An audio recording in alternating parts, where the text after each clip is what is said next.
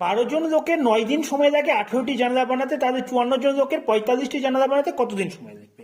আচ্ছা, আমরা ফর্মুলা জানি m1 d1 by w1 is equal to m2 d2 by w2। m মানে মানুষ, মানে লোকের সংখ্যা, d মানে সময়, আর w মানে হচ্ছে কাজের পরিমাণ। আচ্ছা, এখানে বলতো 12 জন লোক কতদিন সময় নিচ্ছে? 9 দিন। কতগুলো জানালা? 18টা। হলো? আচ্ছা, তারপর কি বলেছে? 54 জন লোক দিন চেয়েছে, এক্স ধরে নিলাম, আর কতগুলো জানালা? 45টা। ওকে ওকে। এবার দেখো তো কাটাকাটি যায় কিনা। 9 দিয়ে কাটো 2, 9 দিয়ে কাটো 5। আচ্ছা, 9 দিয়ে এটাকে কাটো তো কত হয়? 6। 6 দিয়ে এটাকে কাটো তো কত হয়? 2। কোনাকুনি, আচ্ছা 2 আর 2 কেটে দাও, কোনাকুনি গুণ করো, তাহলে এক্স ইজ ইকাল টু 5, অর্থাৎ 5 দিন সময় লাগবে।